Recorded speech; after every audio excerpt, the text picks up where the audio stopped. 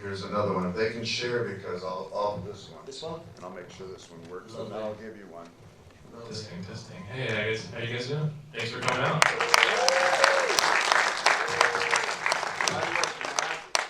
How did it look on this screen? It looks fantastic. Exactly. This has been on my laptop for 2 years, so this is the first time we've showed it to a crowd. You guys are amazing. We were talking outside about what it would be like on a big screen, whether the bit you've got all the TikTok split screens, whether you'd be playing tennis, looking there, then looking there. But I saw the way you had the images kind of come up in a kind of pattern to control the eye. So I don't know about you, but I felt that it flowed. My eyes flowed nicely. That's great.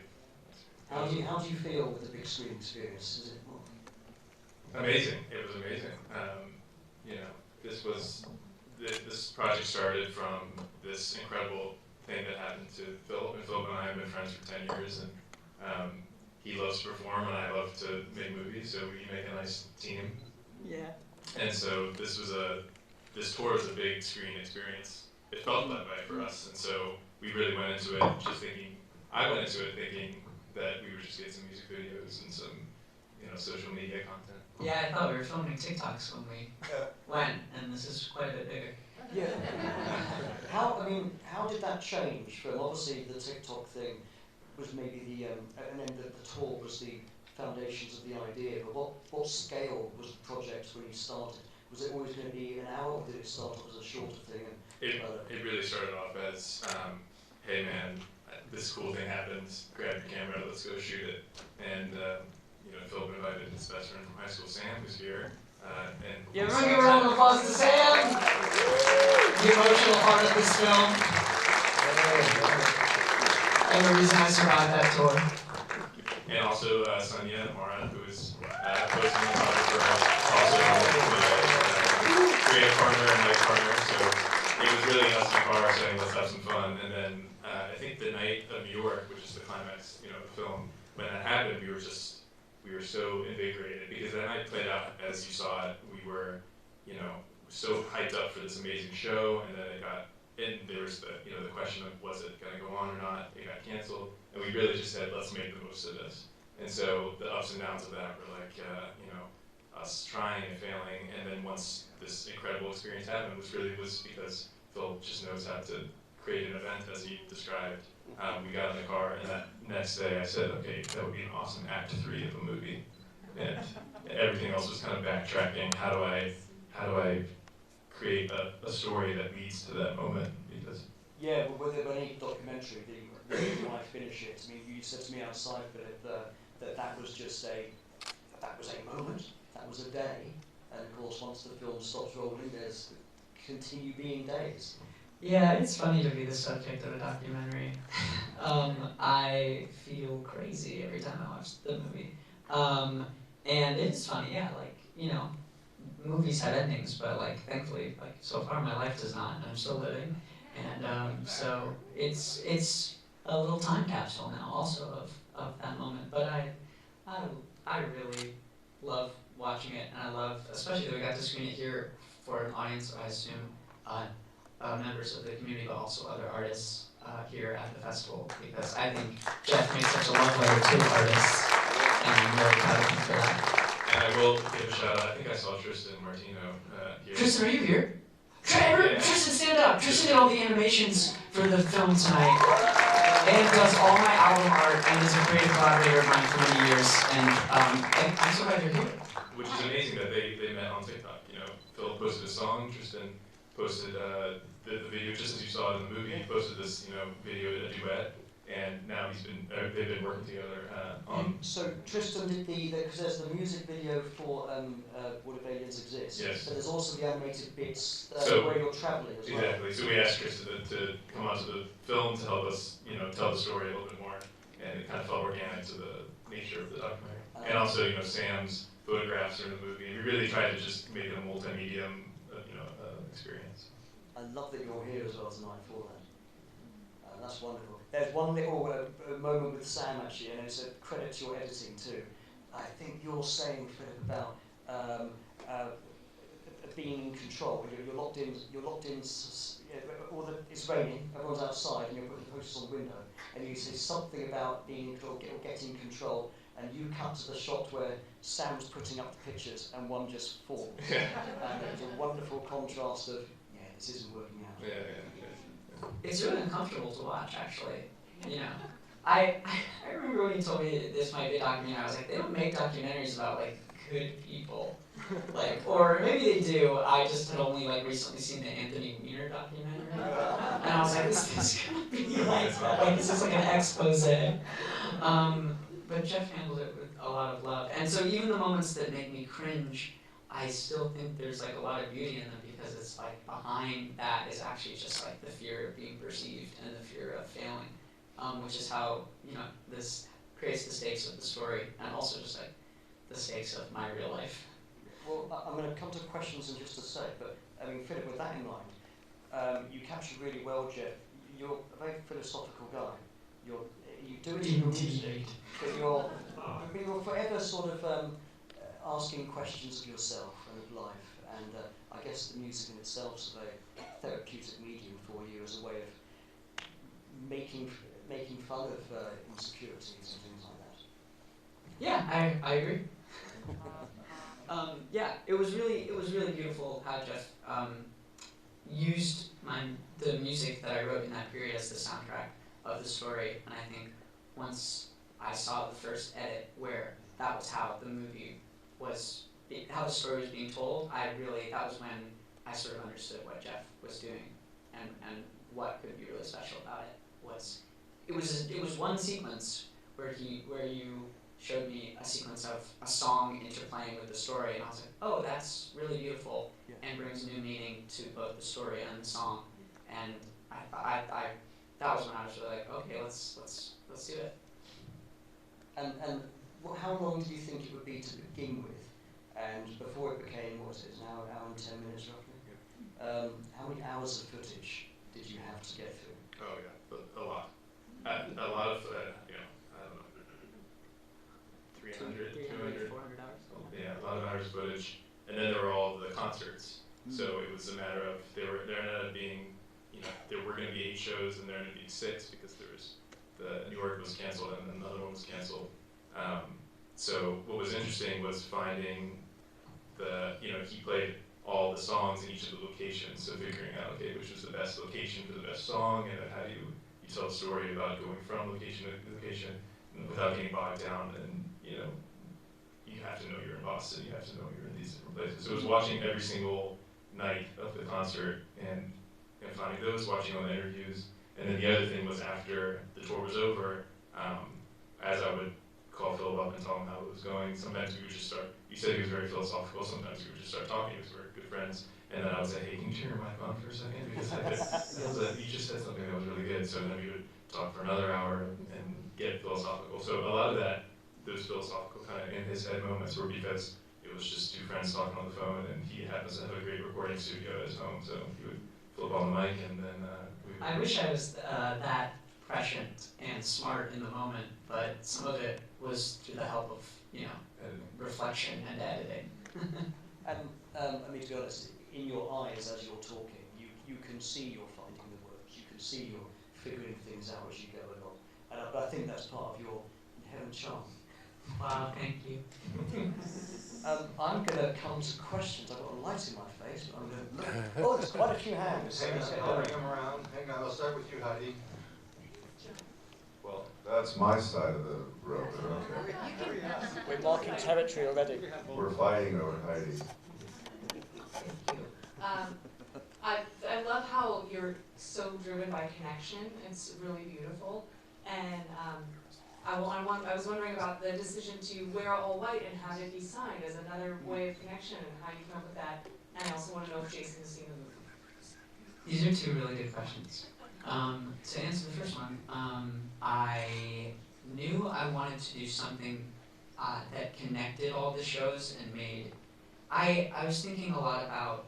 It was funny that Jason brought up TikTok and like commentary, like comments, online comments, because I was thinking about like how, yeah, like a video has comments, and I was like, well, how do you carry a message through live events? And so I was like, well, I can just like wear the billboard on my body. I also just I thought it was fun, and like a silly way to meet people and encourage people to come say hello who might not say hello, to sort of break down that barrier. In terms of, has Jason seen the film? That's a really good question. Jason and his team were incredibly supportive. This would not have happened without them being, you know, I don't know, some of you may have been fans of his, he's also just a really nice guy, and he loves helping people. I mean, the fact that he invited someone he saw on TikTok onto tour says a lot about him. It's also part of the history of him helping artists and bringing up people and supporting them over many years. And his team was very supportive. You know, when we said, hey, like, I know this is weird, can we film here? He was like, of course you should do anything. You can do like what you need to do. So a lot of the cool things, like the close-ups, you know, Philip playing on stage, basically during the sound check, they gave us an hour to just shoot on the stage, and they just said do whatever you want at that time. So, you know, sometimes I'm cutting to close-ups of Phil playing. You know, I wasn't actually standing in front of him while he was playing for the crowd. That was during a sound check. So that was just an example of moments when they gave us a lot of support. And so that's a roundabout way of saying we've sent it to them, and we're excited for them to watch it. But they've been really supportive up to this point. That's wonderful that they understood what you were doing and wanted to facilitate it. Yes. Yeah. Exactly. Let's grab another question. I think I recognize the building. I lived in Echo Park for about 10 years. Was that Echo Park? Yes, it is. Yeah. I told Jeff to take my building out of there. Yeah, we may be changing that probably. It's like a signature building in Echo Park. It is, yes. So, been there are you decades. still in the apartment? That's the first question. And the other question is, what impact did the tour have on your career? What was the first question? Are you still in that apartment? Let's say no.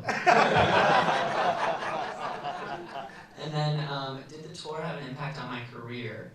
You know, what's really charming about the film, and what I think is really beautiful about it, is that Jeff didn't like try to make it a story that it wasn't. He didn't try to make it like, oh, you'll go on tour with your hero and then it will like change your life forever. Because I think many people here in the arts understand that like there is no big break. There's just like a series of small breaks, and you hope that one is the big break.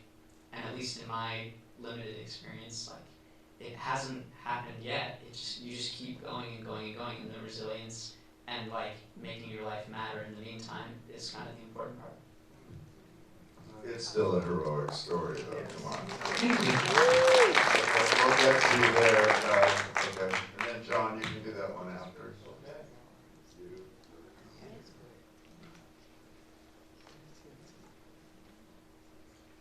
I gotta say that, Philip, I think you're the silver lining of COVID or something.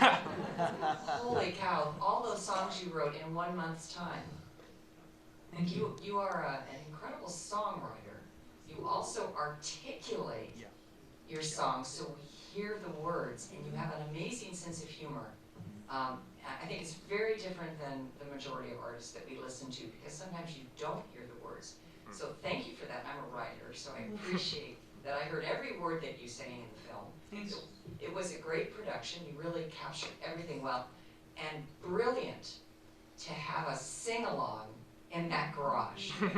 That brought everybody together, and then I think people were really hearing you too with that. So that was really a great way to build the drama through the hurricane, and just a fabulous job, both of you. I hope a lot of people see this. Thank you so much for coming to Palm Springs.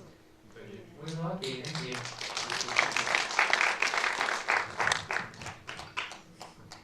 Hey there. So, first of all, wow, I'm a worker right there. Yeah. Hi guys. My name's Joe. Nice to meet you guys. Man, as a filmmaker too, I just gotta say that was so well woven together. I mean, we've seen a lot of good films, and I gotta tell you, that one is really tight in the way you wove it.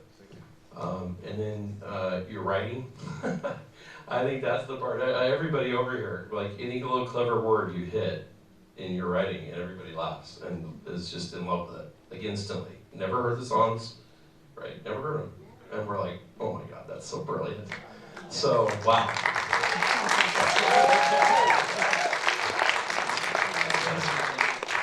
That is your special talent for sure. But then the question really is, can we get you to sing anything, even for a couple bars? You know, it was so funny. Sam and I were talking like, should I bring my guitar? And I was like, Yes. people will have done a whole festival and have just watched me sing for an hour and 10 minutes, and so they will be exhausted of me. But I really appreciate that as an idea. Thank you. I have lots of stuff on the internet. Follow TikTok. Yeah. But yeah, also I want to say like a lot of what you find cool and charming about me is thanks to guest editing, and so yeah, that's it's easier to be cool and charming when someone cuts out all the uncool and uncharming stuff you say. And all the swearing. Yeah, and all the swearing. God, I love to swear. So, that film was wonderful, by the way. I leave here feeling much better about my life watching yours. And Jeff, I have to tell you, we're here at a documentary film festival. I don't know how much filmmaking you've done. That was so beautifully built and put together. And the continuity of that story, I mean, obviously you have a great subject, but the closeness and the love between all of you, I think is what brought such incredible magic. But the way you portrayed all of you, I'll never forget. So my question is, to you, Philip, so you're there, you're doing TikTok, obviously you guys are backtracking because now it's documentary, but there was that leap. It was TikTok and Jason. Can you tell us, can you fill that in a little bit more? How did that go from him checking in on TikTok to all of a sudden an invitation to that tour? That had to be bigger. You know, it's funny, the way it's described in the documentary is quite literally how it happened. I was doing a 15-person, that was the real stream. I mean, that was the stream. I get to keep the stream after I finished, so it was video footage of it. He popped in, and then 3 days later via DM, he invited me to open for him. So it was exactly as described. I wish I could say there was some movie magic, but that was like really how it happened. And just to your point, Jeff put so much love and care into this movie. I have seen edit after edit, and I have seen him give it a year and a half, 2 years of his life, and you see it in every frame, the care and love and attention and drive and talent he put into it. So I'm so glad you see it too, because I got to see it, and it's amazing, and he deserves all the props. You have a question on this, I thought, while you're getting there, and I'll bring it to you. The side note, this screening, of course, stands on its own, but there was a condition that he was going to sing, so it's okay, you're not going to do it now, but we're going to bring you back in the future to do a concert on your own, okay? Okay, sounds good, that's a deal.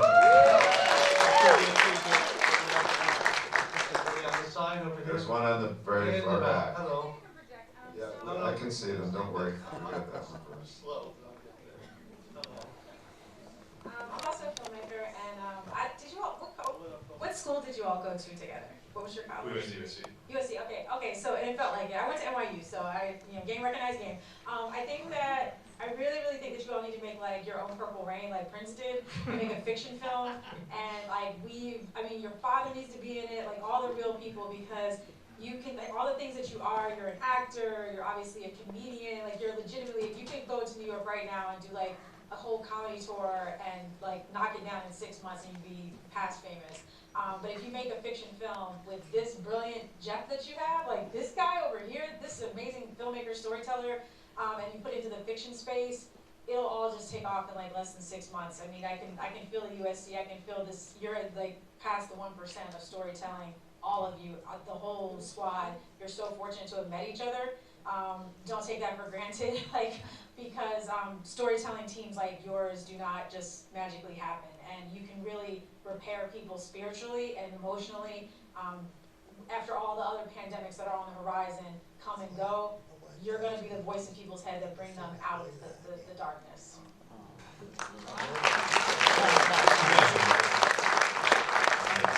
Somebody who you want to talk to later, she has some good ideas. That's incredibly sweet. Thank you so Thank much. you for sharing that. Hi. So this was like more than a documentary. It felt like it's a musical, and I feel like if you take this, like if you have a run, a theater run, and other festivals, you should bring the soundtrack. If you didn't already, like I want to buy one. But my question is, like, Philip, you've been on TikTok. You've played to large crowds. Like, what's the difference, like, connecting with the live audience and with TikTok? And the follow-up question to that is, with the government possibly shutting TikTok down, what do you plan to do if that happens? Scream. No, I'll answer the second one first just because it's what I remember. I will pivot and find the next thing. I was doing YouTube for 7 years unsuccessfully before I was doing TikTok, and I was street performing for many years before I was YouTubing, and yeah, I mean, TikTok is a very it doesn't love you back. You can have, I now have 300,000 followers there. I can post a video that gets 300 views. It's an algorithm-based platform, so the only thing that affects your viewership, it has nothing to do with your following. So I'll pivot if I must. I don't want it to disappear. Call your congressman and tell them there's like a whole artists live there and small businesses live there, and we should regulate the whole internet, not just destroy one segment of it because Meta lobbied the Congress. But that's really messy and maybe too political for this crowd. What was the first question? Oh, TikTok versus big crowds? It's all the same. I think, even like this moment, is the same kind of connection. Big crowds, small crowds. Only thing with big crowds is your voice echoes a lot, and so you have to wear in-ear monitors. It's really the only difference, I feel like. Thank you. Thank you. We have a question over here. Well, we absolutely love what we just saw, and we understand that this was your first screening. So, is there any way that is available for us to share with some of our friends, because it's a very inspirational thing. That's very and sweet. I just want to know how is it going to be available? That's the next journey. This is the first screening. So the next journey with the movie is going to be figuring exactly that question out. It's going to be finding a a distribution platform of some sort. That's the question we have as well. So if you on Instagram, if you follow either of us, we'll be posting about it in the coming months. But we're excited to share it with more people. Yeah. And to all the sales agents in the crowd, feel free to come say hello. Well, to all great things sometimes come to an end, but we sandwiched our amazing array of over 200 films from around the world with 2 different types of inspiration. We had Sean Penn's superpower and the inspiration of trying to survive, and this one, the inspiration of inspiration. And we only can thank you and wish that all of you, so I think it was very apropos to close with this, and Jeff and I talked about this for a while, because the truth is, until Sean committed, and that still, as JR knows and Debbie knows, was nebulous in a lot of ways, but this was being considered for, the opener was going to be considered for the opener, so it's still right there at the top, and we thank you so much. Thank you for everything. And on a side note, because again, Sean didn't ask this, this was us, those of you who are here at opening night, and I probably sent an email, don't forget CORE. Whatever you do, whether it's $5 or our matching, for every person that does 1,000, we'll give you a couple passes. Not all of us can form an NGO, but we have it in our hearts, right? So let's try to share a little bit, even if you have to eat a peanut butter and jelly sandwich every now and again. Let's help some others. Thank you so much. March 27th through the 31st, 2025, back here. We love you. Thank you again.